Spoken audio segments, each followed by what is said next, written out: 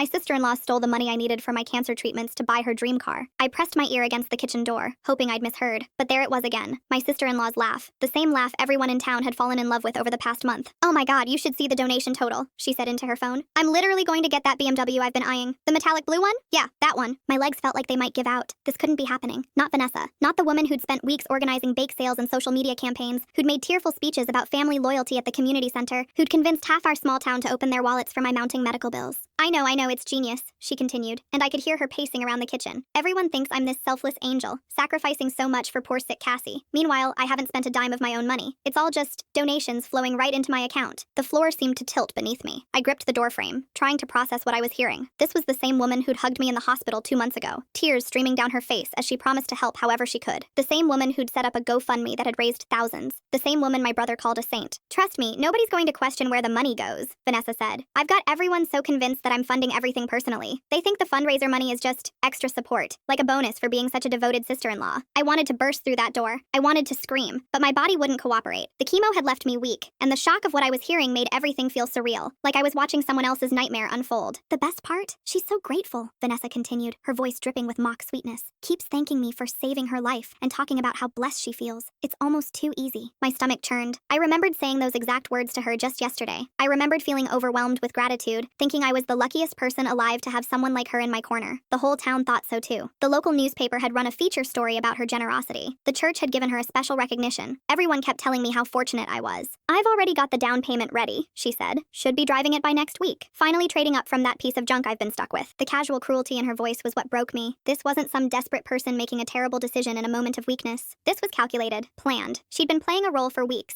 perfecting her performance as the devoted family member while secretly planning to steal money that people had donated specifically for my cancer treatment. I backed away from the door on shaking legs, trying to process the magnitude of what I'd just learned. The fundraiser wasn't even over yet. There was supposed to be a big community event this weekend, a final push to help cover the remaining costs of my treatment. People had been planning for weeks. Businesses had donated auction items, volunteers had been baking and preparing. Also, Vanessa could buy herself a car. The worst part wasn't even the betrayal, though that cut deep enough to make breathing difficult. The worst part was realizing how trapped I was. Who was going to believe me? Vanessa had spent weeks building her reputation as my savior. She documented every bake sale, every donation drive, every tearful moment of solidarity. Her social media was a carefully curated gallery of her supposed sacrifices. If I accused her now, I'd look like the ungrateful sick person turning on the one person who'd helped her. I could already picture the reactions. People would think the illness had made me paranoid, or that I was having some kind of breakdown. They'd rally around Vanessa even harder, protecting her from the delusional accusations of someone who clearly wasn't thinking straight. And I needed that money, desperately. The medical bills were crushing me, and my insurance had denied more claims than I could count. Without the fundraiser, I wasn't sure how I'd afford the next round of treatment. The doctors had been clear about what would happen if I couldn't continue, but knowing the money was going into Vanessa's car fund instead of keeping me alive, that was its own kind of torture. I heard her wrapping up the phone call, her voice returning to the sweet, concerned tone everyone associated with her public persona. She'd be coming out of the kitchen soon, probably to check on me with that practiced look of worry she'd perfected. She'd ask how I was feeling, maybe bring me tea, maybe update me on the fundraiser progress with fake excitement about how much we'd raised together. I managed to get back to the living room couch before she emerged, grabbing my book and trying to look like I'd been reading the whole time. But inside, my mind was racing. There had to be a way to expose this. There had to be some way to get the truth out without destroying what little credibility I had left. Because if I couldn't find proof that everyone would believe, Vanessa wasn't just stealing money from generous donors. She was stealing my life. It hadn't always been like this. 3 months ago, I'd barely known Vanessa beyond polite family dinners and holiday small talk. She was just my brother Reed's wife, the bubbly woman who worked at the bank and always brought homemade cookies to gatherings. We were friendly enough, but not particularly close. Then came the diagnosis.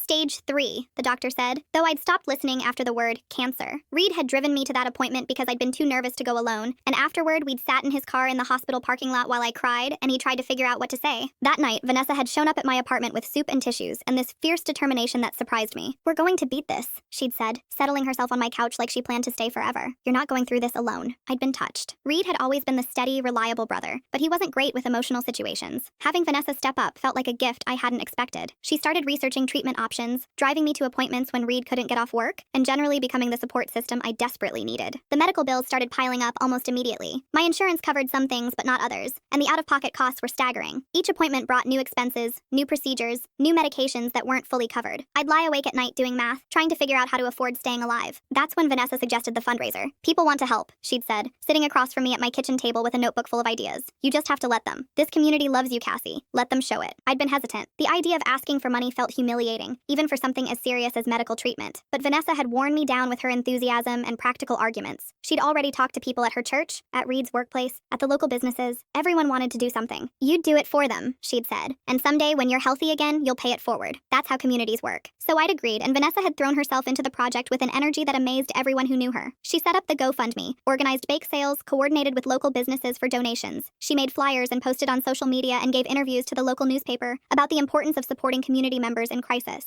Watching her work had been overwhelming in the best way. She'd transformed from my brother's pleasant wife into this force of nature, someone who could convince anyone to contribute to the cause. The local coffee shop started keeping a donation jar on their counter. The grocery store let her set up a table by the entrance on weekends. Even the high school student council got involved, organizing a car wash to raise money. Reed had been amazed by his wife's dedication. I never knew she had it in her, he'd told me one evening after Vanessa had spent 4 hours at the community center, organizing donated items for an upcoming auction. She's like a different person, so passionate about helping you. My parents, who lived 2 states away and couldn't visit often because of Dad's health issues, had been effusive in their praise for Vanessa. Mom called her a blessing, a guardian angel, the daughter-in-law she'd always hoped for. They'd felt terrible about not being able to help more directly, so having Vanessa step up had eased their guilt and worry. I'd bought into it completely. How could I not? Every day brought new evidence of her dedication. She'd show up with updates about donation totals, new pledges from local businesses, plans for additional fundraising events. She'd sit with me during chemo sessions, take photos for the GoFundMe page, and generally document her own generosity in ways that felt natural rather than self-serving. The money had been rolling in steadily. Small donations from individuals, larger contributions from businesses, proceeds from all the organized events. Vanessa had been handling the financial side, since she worked at a bank and understood money management better than I did. She'd set up accounts and kept detailed records and given me regular updates about how much we'd raised. But now I knew the truth. All those weeks of watching her sacrifice her time, all those moments of feeling grateful for her dedication, all those conversations with family members about how lucky I was to have her support, it had all been performance.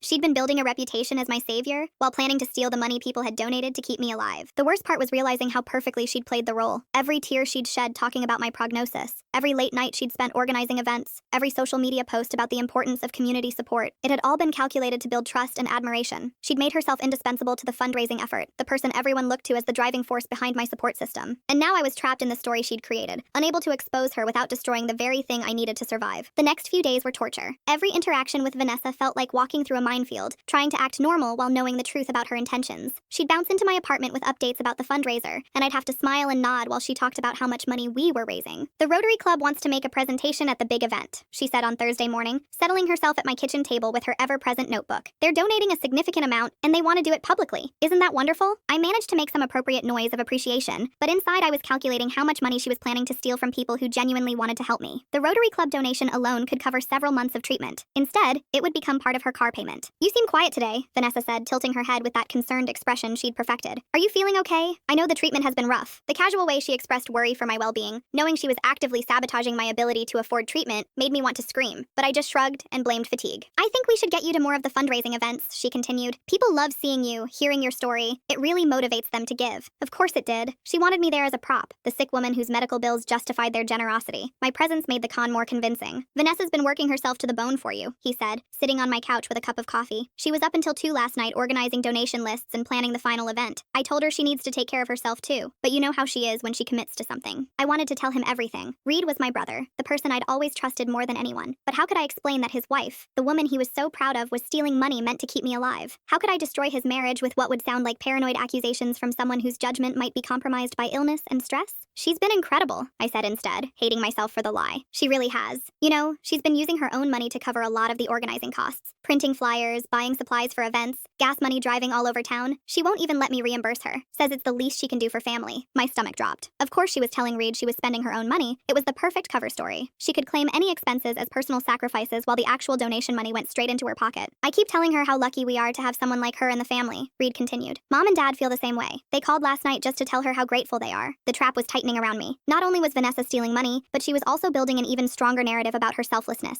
Every day that passed made her seem more heroic, and made any accusation I might make seem more unbelievable. That evening, Mom called me directly. Honey, I just had to call and tell you how much your father and I love Vanessa, she said, her voice warm with emotion. We feel so helpless being so far away, but knowing she's taking such good care of you. you. It's such a blessing. She's been very helpful, I said carefully. Helpful? Sweetheart, she's been your guardian angel. Reed told us she's been using her own savings to make sure the fundraiser is perfect. That girl has such a generous heart. I bit my tongue to keep from correcting her. Instead, I listened to Mom gush about Vanessa's supposed sacrifices for another 10 minutes, each word making me feel more isolated and trapped. The weekend brought the pre-event volunteer meeting, where everyone who'd been helping with the fundraiser gathered to finalize plans. I'd agreed to attend, mostly because refusing would have seemed strange and ungrateful. But sitting in the community center surrounded by people who donated their time and energy to help me, knowing their efforts were financing Vanessa's new car, was its own special kind of hell. Vanessa ran the meeting like a seasoned event coordinator, going through checklists and assigning last-minute tasks. She thanked everyone for their dedication and talked about how much the fundraiser meant to our family. She even teared up a little when Mrs. Patterson, who ran the local flower shop, presented her with a bouquet as thanks for all her hard work. "We just want you to know how much we admire what you're doing," Mrs. Patterson said. "It's not everyone who would sacrifice so much for their sister-in-law. You're an inspiration to all of us." Vanessa accepted the flowers with appropriate humility, dabbing at her eyes and talking about how blessed she felt to be part of such a caring community. The other volunteers nodded and murmured agreement. A few people reached over to squeeze her hand or pat her shoulder. I sat there watching this performance, trapped in my chair by the weight of what I knew. These people had spent weeks of their lives organizing bake sales and collecting donations. They'd given up evenings and weekends to help someone they barely knew because Vanessa had convinced them it was the right thing to do. They trusted her completely. And I was the only one who knew the truth. After the meeting, several volunteers came over to me with encouragement and well wishes. They talked about how brave I was, how impressed they were with my positive attitude, how lucky I was to have Vanessa in my corner. Each conversation felt like another weight pressing down on me. "Your sister-in-law is something else,"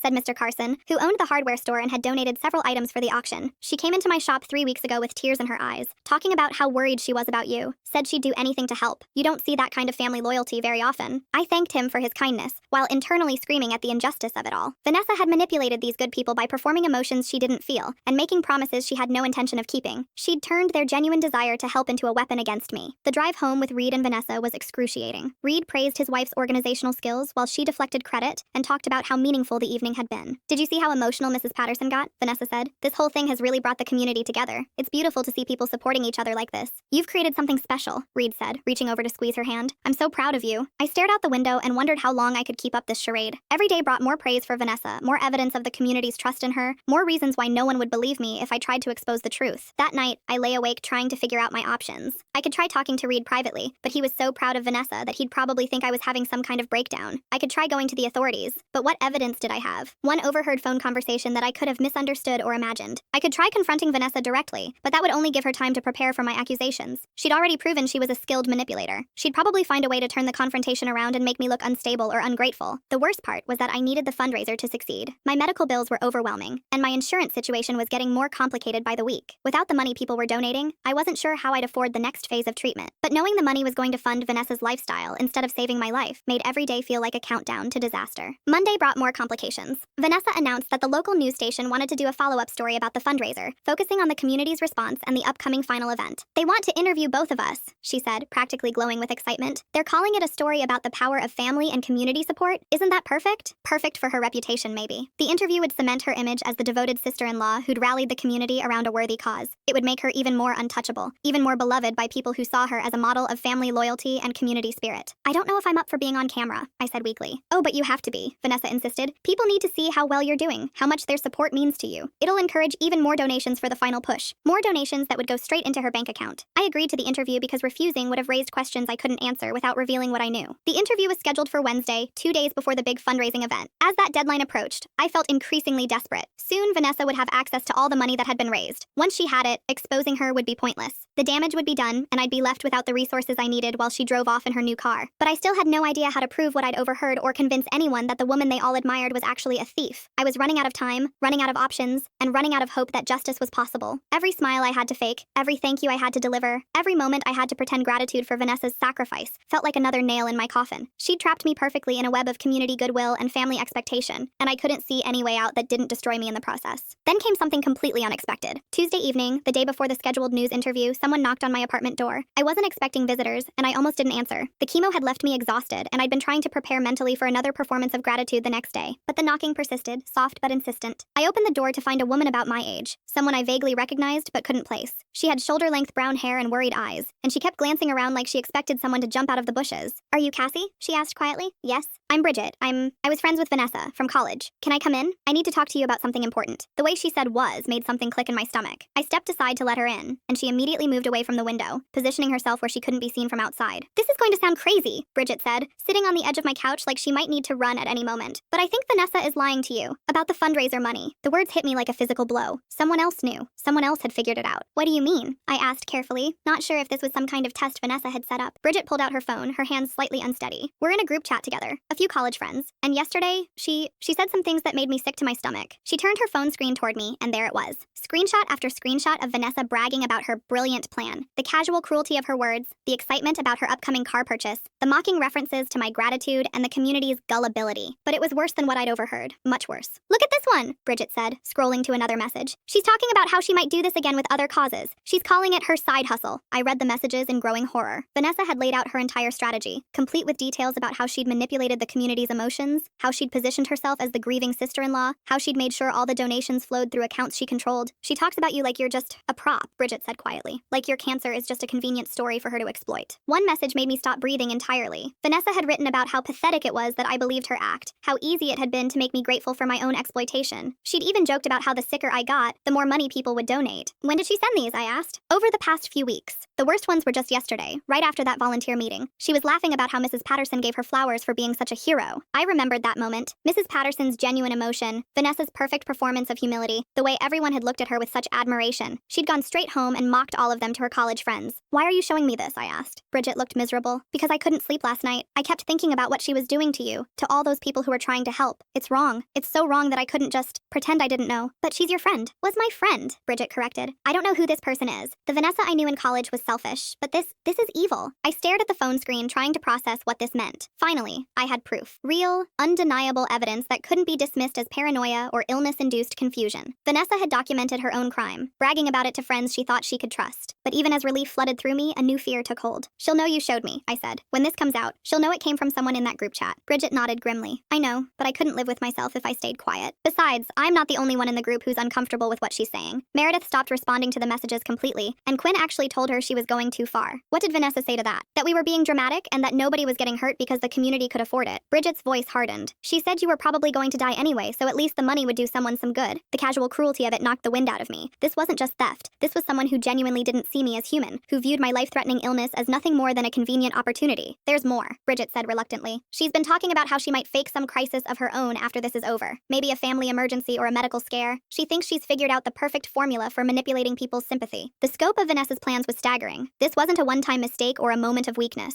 She was planning to make a career out of exploiting people's compassion. Can you send me these screenshots? I asked. Already done, Bridget said, showing me her phone. I sent them to an email address I created just for this. The password is written on this paper. I backed everything up to a cloud drive and printed hard copies, then forwarded the originals to myself from the burner email. She handed me a folded note. I figured you'd need some way to access them without it being traced back to your usual accounts. The woman had thought of everything. She'd risked her friendship, potentially exposed herself to Vanessa's anger, and even created a secure way for me to access the evidence. Why are you being so careful? I asked. Because I don't trust her, Bridget said simply. The way she talks about manipulating people, about controlling narratives, I think she's dangerous. If she figures out I'm the one who exposed her, I'm worried about what she might do. That sent a chill through me. I'd been so focused on Vanessa's theft that I hadn't fully considered what else she might be capable of. Someone who could orchestrate this level of deception, who could fake emotions so convincingly and manipulate an entire community, wasn't someone to underestimate. There's something else you should know, Bridget said, checking the time on her phone. She's meeting with someone from the bank tomorrow afternoon. Something about finalizing the account transfers for after the big event. My mind raced. Tomorrow was the news interview. The day after that was the final fundraising event. Once that was over, Vanessa would have access to all the money, and proving theft would become much more complicated. I have to expose this before she gets the money, I said. How? Bridget asked. I mean, I know you have the screenshots now, but she's got everyone convinced she's a saint. People might think the messages are fake or taken out of context or... She was right. Even with proof, I was still up against Vanessa's carefully constructed reputation. But at least now, I had something concrete to work with. The final event, I said slowly. She's supposed to give a speech, right? About the success of the fundraiser and what it means to the family? Probably. She loves being the center of attention. An idea was forming, risky and terrifying, but possibly my only shot at justice. What if the evidence came out during her speech, in front of everyone who's been supporting the fundraiser? Bridget's eyes widened. You mean like project the messages for everyone to see? Exactly. She can't control the narrative if the proof is right there in front of witnesses. The whole community would see what she really thinks of them. That could work, Bridget said thoughtfully. But it's also incredibly dangerous. If something goes wrong, if the technology doesn't work, or if she finds a way to spin it, then I'll be worse off than I am now, I finished. But if I don't try, she wins. She gets away with it, keeps the money, and probably does this to someone else. We spent the next hour going through the screenshots in detail. There were dozens of messages spanning several weeks, showing a clear pattern of premeditation and callous disregard for everyone involved. Vanessa had documented her own crimes so thoroughly that there was no way to claim the theft was accidental or misunderstood. But more than that, the messages revealed her true personality. The mask of compassion she wore in public was completely absent in her private communications. She mocked the volunteers, laughed at my gratitude, and treated the entire situation like a game she was winning. One more thing, Bridget said as she prepared to leave. I won't be at the event. I can't face her knowing what I know. But if you need someone to verify that these messages are real, that I was the one who showed them to you, you testify to that? If it comes to that, yes. What she's doing is wrong, and someone needs to stop her. After Bridget left, I sat alone with the phone and screenshots, trying to wrap my mind around everything that had changed in the span of 2 hours. I finally had the proof I needed, but I also had the crushing weight of knowing exactly how little Vanessa thought of me and everyone else who'd tried to help. The messages painted a picture of someone who saw human suffering as an opportunity, who viewed community compassion as weakness to be exploited. She hadn't just stolen money. She'd violated something fundamental about trust and family, and the basic decency that holds communities together. But now I had a choice to make. I could take the safe route, quietly report the theft and hope the authorities would handle it. Or I could take the risk and expose her publicly, in front of all the people she'd manipulated and betrayed. The safe route might get me some justice, but it would also let Vanessa control the narrative. She'd find some way to spin the accusations, to make herself look like the victim of a misunderstanding or a vindictive accusation from someone whose illness had affected her judgment. The public exposure was riskier, but it was also the only way to ensure that everyone who'd been manipulated would see the truth with their own eyes. I looked at the screenshots one more time, reading Vanessa's cruel words about my pathetic gratitude and her plans to exploit other tragedies for profit. She'd made her choice weeks ago when she decided to steal money meant to keep me alive. Now it was time for me to make mine. The news interview the next day was surreal. I sat next to Vanessa on my couch, watching her perform compassion for the cameras while I clutched my phone in my pocket, knowing it contained evidence of her true nature. The response from the community has been overwhelming, Vanessa told the reporter, dabbing at her eyes with a tissue. It just shows how much people care about Cassie and want to help her through this difficult time. The reporter nodded sympathetically. And tomorrow's event will be the culmination of all your hard work? It's been a labor of love, Vanessa said, reaching over to squeeze my hand. When family is in crisis, you do whatever it takes. I managed to smile and nod at the right moments, but inside I was counting down the hours until I could expose her lies. The reporter asked about my gratitude for Vanessa's support, and I gave the expected answers while mentally rehearsing what I'd say at tomorrow's event. After the interview crew left, Vanessa was practically glowing. That's going to be such a beautiful piece, she said, already planning her social media posts. I should get a copy to share with everyone who's been helping. They'll love seeing how much impact they've had. Impact they'd never actually see, because their money would be sitting in Vanessa's driveway in the form of a BMW. Friday evening arrived with all the pageantry Vanessa had orchestrated. The community center was packed with volunteers, donors, and curious neighbors who'd followed the story. Local businesses had provided decorations and refreshments. A projector and screen were set up at the front for Vanessa's presentation about the fundraiser's success. That afternoon, I had copied the screenshots onto the venue laptop and quietly replaced her presentation file with a version that added a hidden slide deck at the end. The irony wasn't lost on me. She'd installed the very equipment I planned to use to destroy her. Reed found me near the back of the room, looking nervous but excited. "This is incredible," he said, gesturing at the crowd. "Vanessa really pulled off something special here." "She certainly did," I agreed, checking the time on my phone. The evening proceeded according to Vanessa's carefully planned schedule. Volunteers were recognized, donors were thanked, and local business owners were invited to speak about the importance of community support. Through it all, Vanessa moved through the crowd like a celebrity, accepting congratulations and praise for her dedication. I watched her work the room, amazed by how natural her performance looked even now that I knew the truth. She hugged volunteers who'd spent their weekends organizing events. She posed for photos with donors who'd sacrificed their own resources to help. She accepted flowers and cards and small gifts from people who genuinely saw her as a hero. Each interaction made me more determined to expose what she'd done to these good people. The moment arrived when Vanessa took the stage for her closing presentation. The room quieted as she began her speech about community spirit and the power of coming together in times of crisis. She had slides prepared showing photos from various fundraising events, testimonials from donors, and a running total of money raised. "When Cassie was first diagnosed, I felt so helpless," she said, her voice catching with practiced emotion. "But then I realized that none of us has to face tragedy alone. This community has shown what's possible when we support each other." Applause rippled through the room. I stayed near the back, phone ready, waiting for the right moment. "The final number is incredible," Vanessa continued, clicking to a slide that showed the fundraising total. "Because of your generosity, Cassie will have the resources she needs to focus on getting better instead of worrying about bills." More applause. Several people turned to smile at me, and I tried to look appropriately grateful, while my pulse hammered in my throat. "Before we close tonight, I want to share some messages we've received," Vanessa said, clicking to what should have been her next slide. "Words from people who've been touched by this story and want Cassie to know she's not alone." But instead of inspirational messages, the screen filled with screenshots of Vanessa's group chat. Her cruel words about my pathetic gratitude appeared in giant letters for everyone to read. The room went dead silent. Vanessa stared at the screen in shock, frantically clicking her remote to try to advance to the next slide. But I'd loaded every screenshot into her presentation file, and each click only revealed another damning message. message. Oh my god, you should see the donation total. I'm literally going to get that BMW I've been eyeing. Everyone thinks I'm this selfless angel, sacrificing so much for poor sick Cassie. Meanwhile, I haven't spent a dime of my own money. She's so pathetic with her gratitude. Keeps thanking me for saving her life and talking about how blessed she feels. It's almost too easy. The silence stretched as people read message after message, their expressions shifting from confusion to horror to anger. Mrs. Patterson, who had given Vanessa flowers just days before, stood up and walked out. Mr. Carson shook his head in disgust. These aren't real, Vanessa stammered into the microphone. Someone's trying to sabotage the fundraiser. These are fake messages. But the screenshots were too detailed, too specific, too obviously authentic, and I had one more card to play. They're real, I said, standing up and speaking loud enough for everyone to hear. Multiple members of the chat saved the originals with timestamps. I have verified screenshots and the full message history from inside that group. That's not true, Vanessa said, but her voice was shaking now. Cassie, the treatment has been so hard on you. You're not thinking clearly. I'm thinking perfectly clearly, I said, walking toward the front of the room. Clear enough to know that you've been planning to steal money donated for my medical bills to buy yourself a car. Clear enough to know that you called me pathetic for being grateful to someone I thought was trying to save my life. The crowd was murmuring now, angry voices mixing with shocked whispers. Several volunteers were reading the messages on their phones, sharing screenshots that people were already posting online. Show them the one about your side hustle, I said, and sure enough, that message appeared on the next click. Vanessa's words about turning fundraising fraud into a career, about finding other tragedies to exploit. You're sick, someone called out from the crowd. How could you do this to people who trusted you? Another voice demanded. Vanessa tried one last desperate play. Reed, tell them how much I've sacrificed for your sister. Tell them about all the money I've spent, all the time I've donated. But Reed was standing near the side of the room, staring at the screen with an expression I'd never seen before. When he looked at his wife, there was no love there, no support, no willingness to help her spin this disaster. I need to see the bank records, he said quietly. I need to see exactly where the money went. That's when Vanessa's composure finally cracked completely. She yanked the microphone cord out of the speaker and dropped the remote, but it was too late. The evidence was already out there, already spreading through the room and beyond as people shared photos and videos of the screenshots. This is insane, she said, backing away from the podium. You're all insane if you believe this.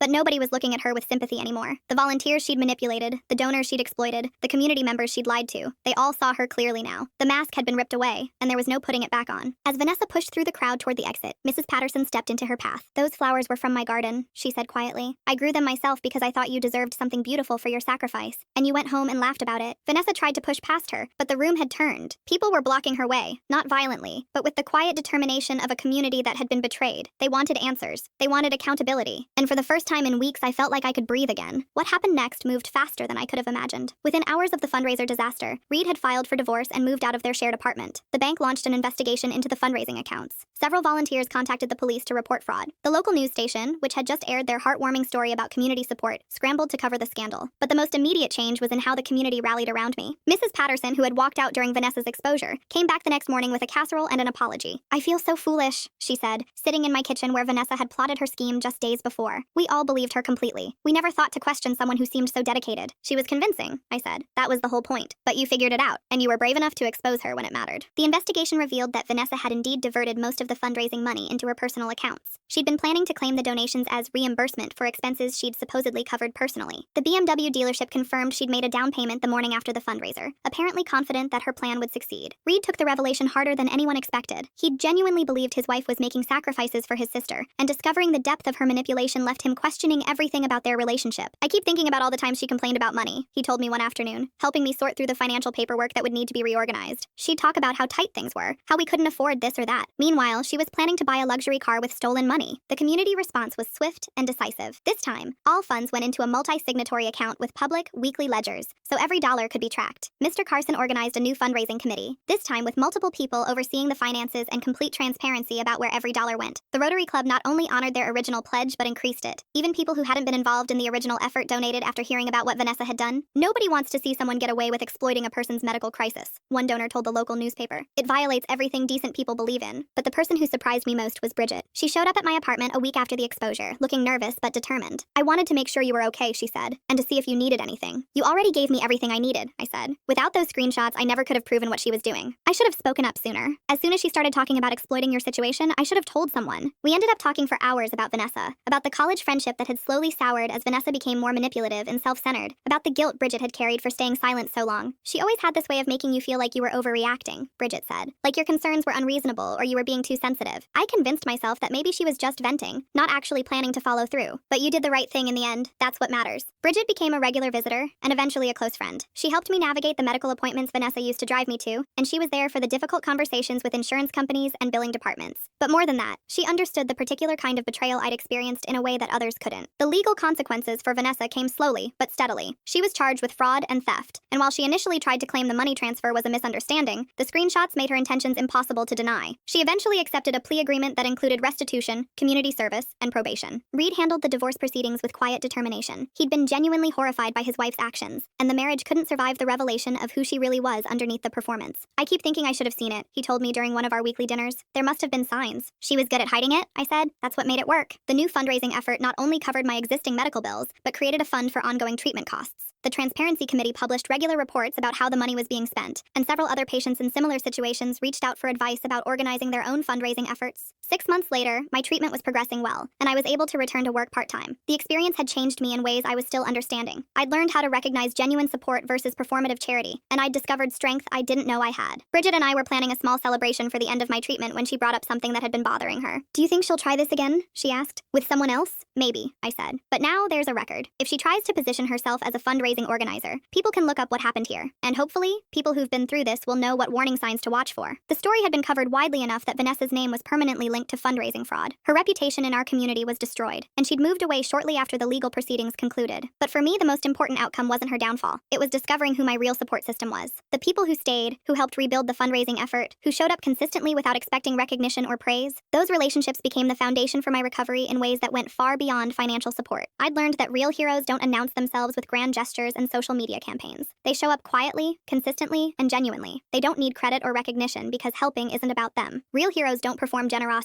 They practice it, quietly and consistently, long after the cameras are gone. Thanks for watching. Don't forget to subscribe, like, and drop your favorite part in the comments. See you in the next one.